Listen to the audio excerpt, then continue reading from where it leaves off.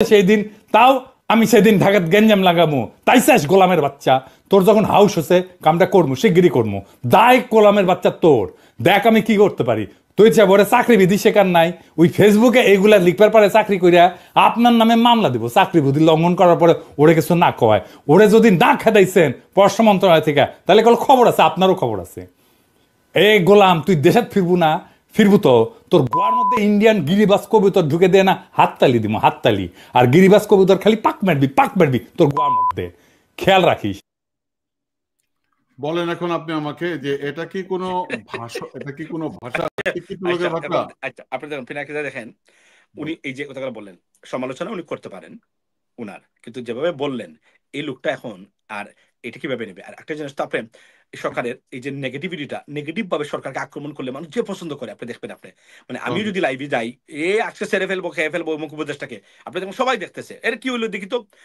এগুলা করে কি লাভ হয়েছে এটা সমালোচনা যদি করতে চান আপনি করেন বাট এভাবে তো সমালোচনা করাটা ওনার জন্য ভালো না উনি এই বসে এসে যদি এভাবে করেন তাহলে তো আমাদের আরো যারা গালিবাজ আছে আন্তর্জাতিক মানে না গালিবাজের কথা বলেন না আমাদের যারা উত্তরসূরি আমাদের যারা ছোট ভাই তারা কি শিখবে তারা এটা যদি মানে ইউটিউবিং বা মানে প্রতিবাদের ভাষা হয় তারা পরবর্তী যারা followed by him I mean honestly speaking those are following I mean him what are they learning from out of it this is danger এটা একটা এবং এভাবেই হবে পরবর্তী সময় এবং এভাবে করে যদি if you get away with these crimes that's a problem I mean পরবর্তী সারা আছে তারও তো বলবে আচ্ছা এভাবে আক্রমণ করতে হয় এই সংস্কৃতিটা আনাটা এটা ইজ্জতের ব্যাপার এটা আমাদের বিশেষ করে উনাদের মতো ব্যক্তি যখন এই কাজগুলা করেন এবং উনি খালি এটা না পিনাকিদা কিন্তু আপনার আসিফ নজরুলকে বলছেন ভাষা দিয়ে বলে দিবেন এভাবে দেখাই রমজানের ভিতরে দেখান ঠিক না এভাবে দেখে বলে দিবেন কাউকে বাকি রাখেননি ডক্টর ইউনূসকে একটানা 6 মাস উনি সমালোচনা করেছেন পিনাকিদা একটানা 6 মাস এখন বলছেন উনি ভালো কাজ করেছেন তো দাদা আপনি তো পজিশন চেঞ্জ করে ফেলছেন তা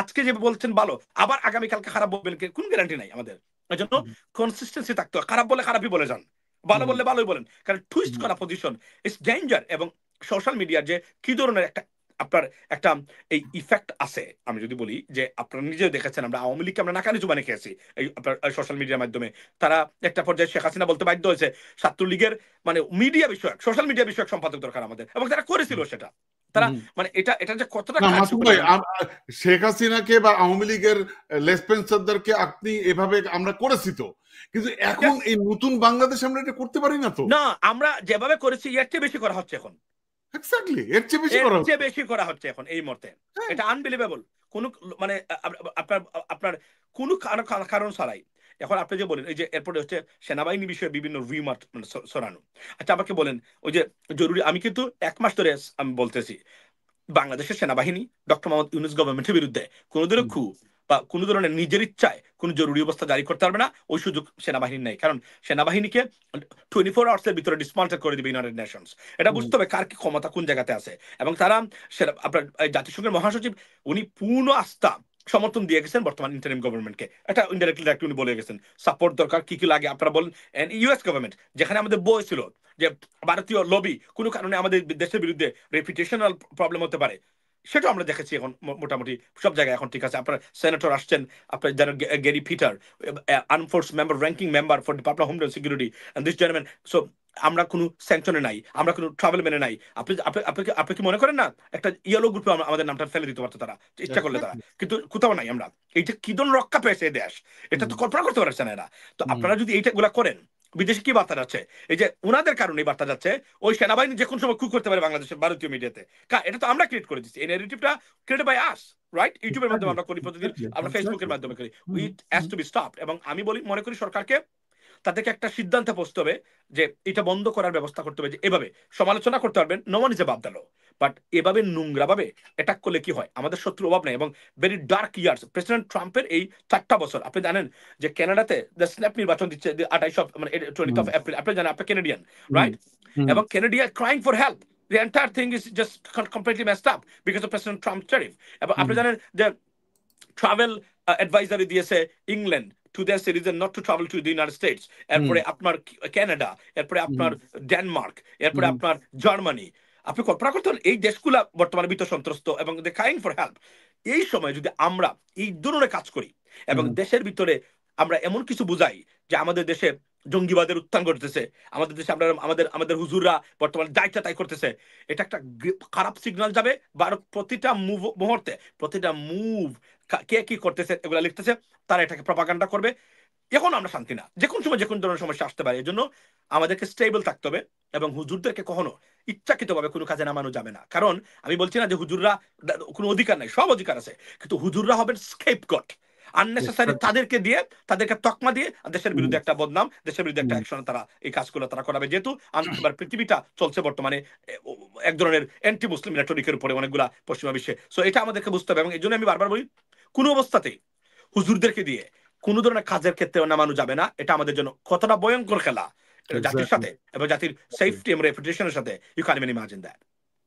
এবং আমি আমি আরেকটা প্রশ্ন আপনাকে করতে চাই, কারণ এই 3 দিন যাবত অনেক আলোচনা করলাম আমরা ছাত্রদেরকে নিয়ে, মানে যারা নতুন রাজনৈতিক দল করেছে হাসনাত আব্দুল্লাহর স্ট্যাটাসকে কেন্দ্র করে, তারপরে ওরই রাজনৈতিক দলের 3 জন আরো 3 জন স্ট্যাটাস দিয়েছে এবং এক একজনের স্ট্যাটাস এক এক রকম, মানে পরস্পর বিরোধী, এগুলো আপনি সবই জানেন। কিন্তু আমার এখানে একটা প্রশ্ন আছে, আমি আপনার কাছে করতে চাই। আমি কিন্তু এই ছেলেগুলোকে খুব ভালোবাসি, আমি কিন্তু এই ছেলেগুলোকে কিন্তু মানে কেন খুব সম্মান করি, রেসপেক্ট করি কেন মাসুম ভাই? এই ছেলেগুলো ছাড়া আমরা কিন্তু দেশে যেতে পারতাম না, আমি দেশে যেতে পারতাম না। এই ছেলেগুলো যদি সাহসে মানে বন্দুকের সামনে না দাঁড়াতো, মাসুম ভাই আপনি প্ল্যান করছেন আগামী আপনি যাবেন, আপনিও যেতে পারতেন না। ঠিক আছে? তো এখন আমি এদেরকে কিন্তু দোষারোপ করি না। হাসনাত, আমার কাছে হাসনাতকে খুব সফট মনে হয়, সামনের দিক দিয়ে খুব শক্ত। হাসনাত খুব সফট প্রকৃতির আমার কাছে মনে হয় এবং হাসনাতকে খুব ব্রিলিয়ান্ট মনে হয়। সার্জিস আমার সবচেয়ে প্রিয় নেতা, তাকে খুব ব্রিলিয়ান্ট মনে হয়। এদেরকে রাজনীতিতে দরকার মাসুম ভাই। আপনিও চেষ্টা করেছেন, আমরাও চেষ্টা করেছি যে এই মেধাবীরা রাজনীতিতে আসুক। ঠিক আছে? এখন এদেরকে মিসট্র্যাক করছে কেউ, এদেরকে মানে কুমতলব দিচ্ছে কেউ, এদেরকে দ্বারা বিভিন্ন রকম কাজ করাচ্ছে। আমি একটা ছোট্ট ভিডিও দেখাতে চাই আপনাকে, তারপরে আমি আপনার মতামত নেব যে এদের কাছ থেকে কি করে, মানে এদের প্রতি আপনার পরামর্শটা কি, এটা আমি একটু জানতে চাই। তার আগে একটু ভিডিওটা আপনাকে দেখাতে চাই। এখন আমরা একটা নতুন স্ট্র্যাটেজি নিয়েছি। কেউ যদি বলে, গতকালকে ফোন দিয়ে বলে যে ওইখানে একটা ফ্যাসিস্টের ভাস্কর্য আছে, ভাঙতে হবে, আমরা বলছি ঠিক আছে, আমরা ভাস্কর্য ভাঙবো, টাকা লাগবে 10 লাখ। আপনারা মন্ত্রী বাড়ায় গিয়া ক্ষমতার রুটি হালুয়া ভাগাভাগ করবেন, আপনারা সবাই কে কোন পদে যাবেন সেইটা নিয়ে করবেন, আর মারামারি পিটে পিটে যেখানে মাইর খাওয়ার কাম আছে সেইখানে ইনকিলাব মঞ্চের পাঠাই দিয়ে মজা নিবেন। এই দুনিয়া নাই।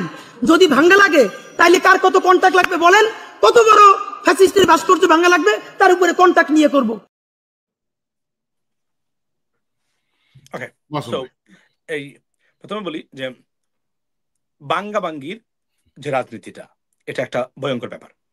প্রথম হলো, আমি unequivocally let me make it clear, আবার বলছি, আমি আগে বলেছি 32 নম্বরের বাড়ি বাঙ্গা ঐতিহাসিক mistake, historic mistake. One day will see that, right? এটা ঐতিহাসিক মিস্টেক হয়েছে আমাদের। We should not do that. কারণ কারো বাড়ি ভাঙ্গা এটা আমাদের ইসলামেও চরমভাবে নিষিদ্ধ, রাইট? আশ্রয়স্থল কারো, ইউ ক্যান ডু দ্যাট। এটা আপনি জানেন, বাড়ি ভাঙ্গা একজন মানুষের অপরাধের কারণে, এটা যুদ্ধাপরাধের পার্ট। আপনি জানেন এটা? Exactly, it's a part of war crime. যুদ্ধাপরাধ কখন সংগঠিত হয়? খালি মানুষ মারলে নাও। যুদ্ধাপরাধের, আপনি যারা জানেন তার যুদ্ধাপরাধের এলিমেন্টস গুলো যেগুলো আছে, when they accumulate everything, when they accumulate everything, destroying homes, resorts, shelters, you know what I mean? এগুলা ধ্বংস করা পার্ট অফ যুদ্ধাপরাধ, ওয়ার ক্রাইম। এটা খুবই খারাপ কাজ এটা যারা করেছেন। It should not be done. আমি প্রতিবাদ করেছি, কে কি বললো আই ডোন্ট কেয়ার, বাট আমি এই ধরনের উগ্রবাদে বিশ্বাস কখনোই করি না। এবং আমি যেহেতু একজন মানবাধিকার কর্মী, আপনিও একজন, আমি মনে প্রাণে বিশ্বাস করি না, it's a crime, you should not do that. একজন ব্যক্তি অপরাধ করেছে, তার আর 10টা ছেলে মেয়ে তার বাসাতে থাকে, বুঝবেন? আপনি তাদের আশ্রয় ভাঙতে পারেন না। পৃথিবীর কোনো আইনে, কোনো ধর্মে এটা সাপোর্ট দেয় না। না, এটা করা কিন্তু উচিত হয়নি। এখন ওদের উপলব্ধি হয়েছে যে আপনি বললেই আমি এখন ওর বাড়িতে যে ভাঙবো না। এবং এই যে ইনকেলাব মঞ্চ, অমুক মঞ্চ, তমুক মঞ্চ, একদিন এগুলা আপনার এই মনে আছে মঞ্চগুলাকে মাসুম ভাই, আমরা এই কি বলে আওয়ামী লীগের সময় আহ, কি বলে মুক্তিযোদ্ধা মঞ্চ ওর ইয়েস, বিরুদ্ধে আমরা ইয়েস, অনেক করেছিলাম। ইয়েস, অনেক কথাবার্তা বলেছিলাম আমরা। এই যে মঞ্চগুলা, এগুলা এক ধরনের অপাংতেয় মঞ্চ। It should be abolished. It should not be existed. এটা এক ধরনের ভ্রান্ত ধারণার psychopathic behaviour and the clear symbols of psychopathic or psychologically disturb মানুষের বিহেভিয়ার।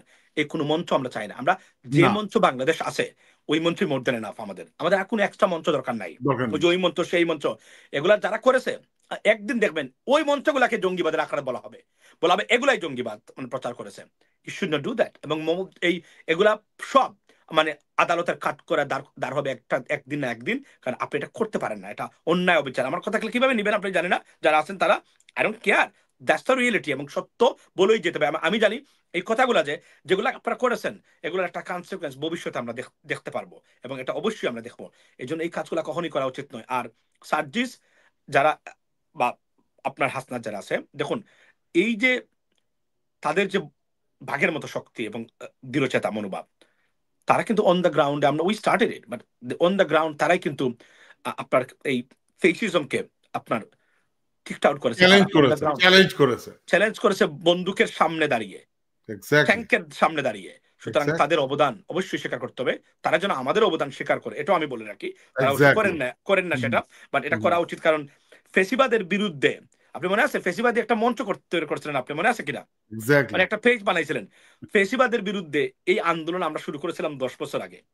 আপনি মনে করবেন না? We planted it and every day সারা বিশ্বের কাছে এই সরকারকে আমরা বেজ্জত করেছি, বাটপার বানিয়েছি, থুর বানিয়েছি, অগণতান্ত্রিক বানিয়েছি, মানবাধিকার লঙ্ঘনকারী বানিয়েছি। আমাদের অবদান কখনোই অস্বীকার করবেন না, এটা বলে রাখলাম।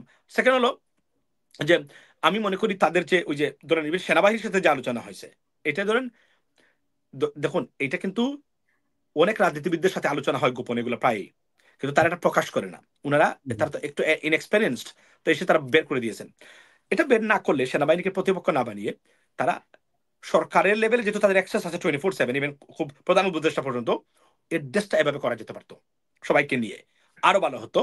যদিও এটা করে ফেলছেন, আমি মনে করি এটা 50-50 আমি দেবো এই অবস্থানে। বাট এটা ঘুরিয়ে সেনাবাহিনীকে আলোচনা বা টার্গেটের কেন্দ্রবিন্দুর বাহিরে রাখাটা অনতি বিলম্বে দরকার। তা করতে গেলে যদি সেনাবাহিনীতেও কোনো ধরনের রিফর্মস দরকার হয়, সেটা আমি মনে করি এই সরকারের করা উচিত। তবে ঐতিহাসিক আরেকটা মিস্টেক হলো রাষ্ট্রপতি চুপ্পুকে তার পজিশনে রেখে দেওয়া, এবং এই রাষ্ট্রপতি চুপ্পুকে তার পজিশনে রেখে দেওয়ার মাসুল জাতি আজ অথবা কাল দিতেই হবে। অ্যাডভোকেসি করেছেন, মনে রাখবেন সেনাবাহিনী প্রধান ইজ নট আওয়ার প্রবলেম। সেনাবাহিনী is not our problem. The problem is this individual, this person who, I mean, honestly speaking, sitting over there. He's a dangerous guy because he communicates almost with everyone regarding, I mean, rehabilitation of Awami League. এবং উনি কেননা উনি একজন degraded person. উনি কিন্তু high মানে personality সম্পন্ন একজন ব্যক্তি না যে ওই পোস্ট আমি সেনাবাহিনী রাষ্ট্রপতি, আমার একটা পোস্ট আছে, আমি কারো কাছে মাথা নত করবো না। উনি সেই ব্যক্তি যিনি বলছিলেন, নেত্রী আমার সালাম নেন নাই, আমি পা ধরে সালাম করার জন্য অনেকক্ষণ ঘুরেছি। এবং শেখ হাসিনার মতো ব্যক্তিকে একটা উদাহরণ শুধু দিয়ে রাখলাম, রাষ্ট্রপতি চুপ কে রাখা, এটা যে মানে একটাই মনে রাখবেন, সেনাবাহিনী প্রধানের বসকে রাষ্ট্রপতি, প্রধান বিচারপতির বসকে রাষ্ট্রপতি, সাংবিধানিক আচ্ছা একজন বাংলাদেশ থেকে একজন, আচ্ছা একজন যখন একজন অফিসার, আচ্ছা তো আমি বলি বস, উনাকে রাখাটা উচিত হয় নাই। উনাকে যদি আমরা খালি সরাইতে পারতাম সবকিছু ফিক্স হয়ে যেত। উনাকে রাখানো এখানে উচিত হয় না। কারণ মনে রাখবেন, আওয়ামী লীগ বা ভারতীয়দের মূল শক্তির জায়গা হচ্ছে সাংবিধানিক পোস্টের সর্বোচ্চ ক্ষমতার অধিকারী ব্যক্তি এখন তাদের নজরে। সুতরাং যে কোনো কিছু গোপনে আসুক আর না আসুক, তারা জানে এটা প্রথমে, এবং তারা জানেই। That's the bottom line. So এটাই ছিল আমাদের ঐতিহাসিক মিস্টেক। এবং যারা এটার জন্য সাংবিধানিক ক্রাইসিস বলে মানে কথাবার্তা বলেছিলেন এবং প্রচার করেছিলেন, তারা আজকে কোথায়? তারা দেশটাকে বিপদে ফেলে গেছেন এই অর্থে। আর না হলে আমরা বর্তমান সরকার যেভাবে প্ল্যান নিচ্ছে, আমরা অনেক বেটার পজিশনে চলতে পারতাম। এই পর্যন্ত কোনো কিছু হতো না। আমি লাস্টে বেটার বলবো, আমরা যারা ইউটিউবার আছেন, সাংবাদিক যারা আছেন, সোশ্যাল মিডিয়া অ্যাক্টিভিস্ট আছেন, প্লিজ এমন কিছু করবেন না যেন আমাদের দেশ বিপদগ্রস্ত হয়, দেশের ভবিষ্যৎ বিপন্ন হয়, আনস্টেবল হয়ে যায়। অনেক ধন্যবাদ আপনাকে।